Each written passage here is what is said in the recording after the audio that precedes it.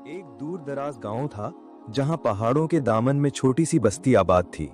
वो बस्ती निहायत सादा लोगों पर मुश्तमिल थी, जिनकी जिंदगी जमीन, जंगल और आसमान से जुड़ी हुई थी। उन्हीं पहाड़ियों के दरमियान एक झोपड़ी में फकीर सी जिंदगी गुजारने वाला एक लकड़हारा रहता था। उसका नाम नईम था। नईम की जिंदगी बहुत सादा थी।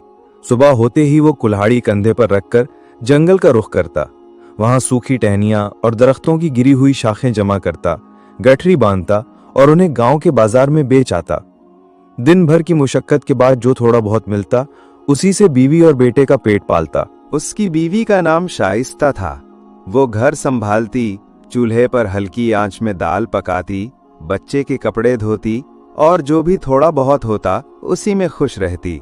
उनका इकलौता बेटा रेहान सिर्फ 5 साल का था, निहायत मासूम और खामोश तबा। वो अक्सर बाहर जाकर कच्चे रास्तों पर बैठकर लकड़ियों से घर बनाता, कंकर जमा करता और पत्ते चुनता। एक दिन जंगल से आते हुए नईम की नजर आसमान की तरफ गई। बादल कुछ ज्यादा ही गहरे हो रहे थे। रास्ते में लोगों से सुना कि अगले कुछ दिन सख्त बारिशें होंगी। दिल में ख्याल आया कि लकड़ी काटकर अभी कुछ जमा कर ले ताकि बाजार में बेच सके। अगले 2 दिन वाकई तेज बारिश हुई। वो लकड़ी काटने भी न जा सका। जो थोड़ा सा आटा और चावल रखा था वो भी खत्म हो गया। शाइस्ता ने चुपचाप बच्चों के कपड़े धोने के बजाय उन्हें धूप में सुखाना शुरू किया ताकि गर्म महसूस हों। रात को जब भूख से नींद न आती तो वो बच्चे को गोद में लिटाकर लोरियां सुनाती, लेकिन पेट की खाली जगह कुछ न बोलने देती। बारिश खत्म होते ही नईम जल्दी जंगल चला गया।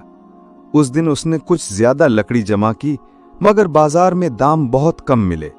जो पैसे हाथ आए उनसे सिर्फ एक वक्त का खाना आया।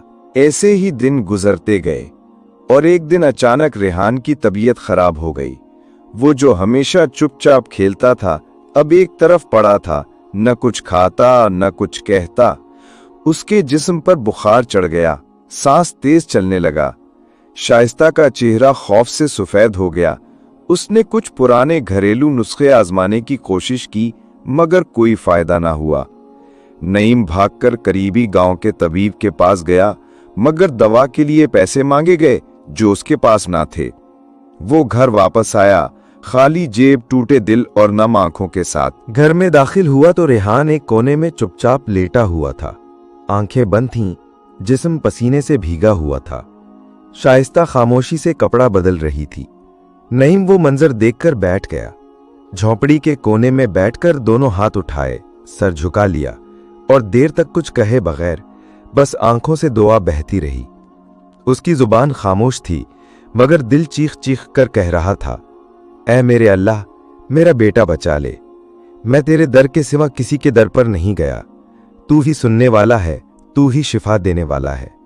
मेरे सब्र का अजर दे, मेरे बेटे को जिंदगी दे। वो सारी रात बेटे के पास बैठा रहा, ना कुछ खाया ना सोया। बस कभी बेटे का माथा छूता, कभी दुआ मांगता, कभी आसमान की तरफ देखता। सुबह जब सूरज निकला तो रेहान की सांसें थोड़ी हमवार होने लगीं। चेहरे पर हल्की सुर्खी वापस आई। नईम ने कांपते हाथों से उसका हाथ थामा और वो लम्हा उसके लिए दुनिया की सबसे बड़ी नेमत था। सुबह की रोशनी झोंपड़ी के अंदर दाखिल हो रही थी। लकड़हारा नईम अपने बेटे रेहान के करीब ही बैठा था। उसका हाथ अब गर्म हो चुका था, सांसें मामूल पर आ रही थीं। शाइस्ता ने चूल्हे पर पानी गर्म किया और अपने शौहर को कुछ पल आराम करने का कहा, लेकिन नईम की आंखों से नींद अब कोसों दूर हो चुकी थी।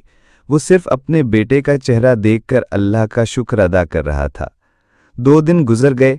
रेहान थोड़ा बेहतर महसूस करने लगा, मगर कमजोरी अब भी बाकी थी। खाने को घर में कुछ न था, लकड़ियां भी बची न थीं।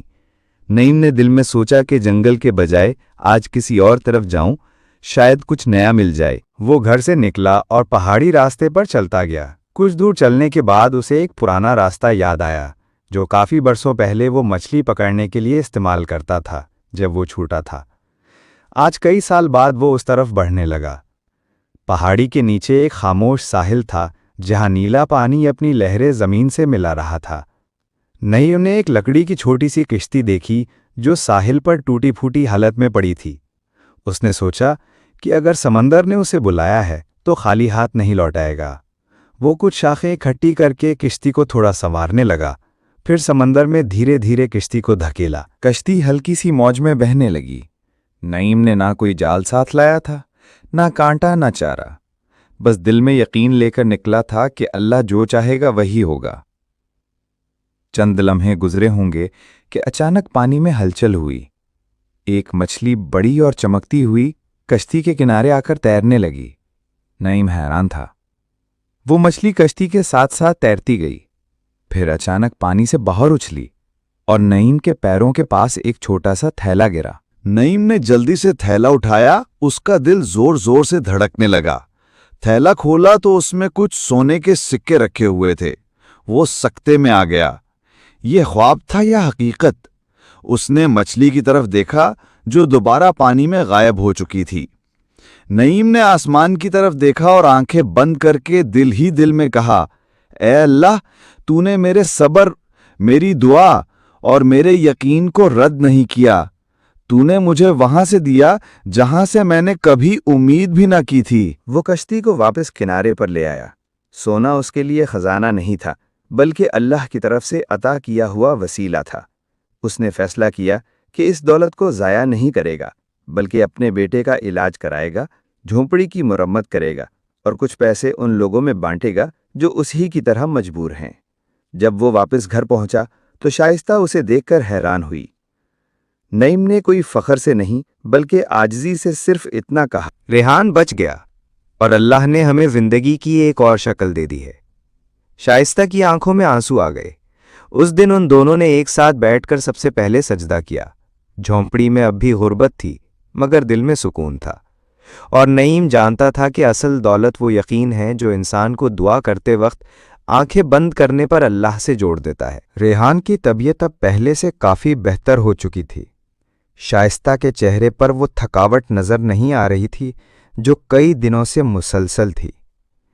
نعیم گھر میں بیٹھ کر سوچ رہا تھا کہ جو سونے کے سکے اسے ملے ان کا استعمال کیسے کرے تاکہ رزق کی عزت بھی بچی رہے اور ضرورت بھی پوری ہو جائے۔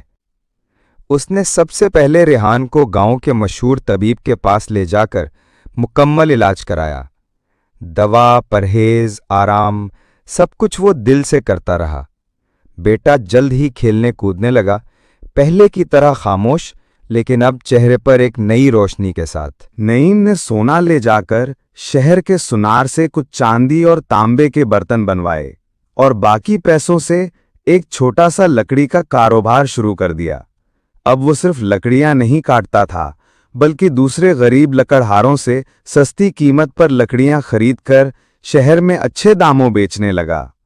اسے اپنی حالت بدلی ہوئی نظر آنے لگی، لیکن اس کے دل میں غرور کی جگہ پہلے سے زیادہ عاجزی آ گئی تھی۔ اس کی جھونپڑی اب مٹی سے بنی ایک چھوٹی سی پکی کٹیا بن گئی تھی۔ اندر فرش پر چٹائی، دیواروں پر قرآن کی آیات اور کونے میں ایک صاف ستھری جگہ رکھی گئی تھی جہاں نعیم اکثر بیٹھ کر خاموشی سے دعا کیا کرتا۔ وہی جگہ جہاں پہلے وہ بیٹے کے لیے آنکھیں بند کر کے دعا مانگتا تھا، اب بھی اس کے سجدوں کی خوشبو سے مہکتی رہتی۔